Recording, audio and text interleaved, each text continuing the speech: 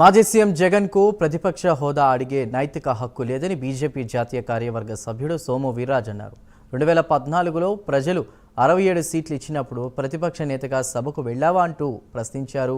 అసెంబ్లీలో ట్రిపుల్ ముఖం చూడలేకనే జగన్ అసెంబ్లీకే వెళ్ళనంటున్నారని విమర్శించారు.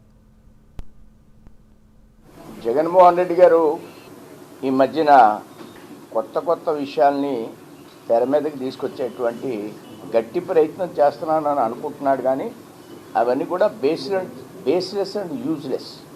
నాకు ప్రతిపక్ష హోదా ఇవ్వాలి, నాకు 40% వచ్చింది, మీరు ఎందుకు ఇవ్వడం లేదు? 67 ఇచ్చారు, అందులో 20 మంది. అంటే అప్పుడు ప్రతిపక్షమే కదా, అప్పుడు వెళ్ళాడా సభకే?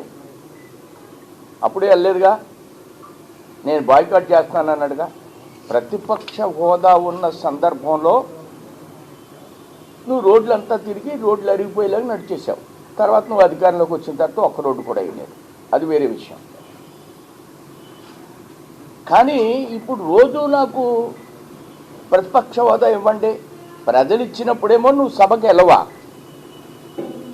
నువ్వు 14, 19 సభకి ఎందుకు వెళ్ళలేదు అసలు? అప్పుడు నీకు ప్రతిపక్ష హోదా ఇచ్చారు కదా. ఇప్పుడు 11 ఇచ్చి ఇప్పుడు నాకు ప్రతిపక్ష హోదా కావాలని ఎందుకు అడుగుతున్నావు నువ్వు? జగన్మోహన్ రెడ్డి గారు ఈ మధ్యన కొత్త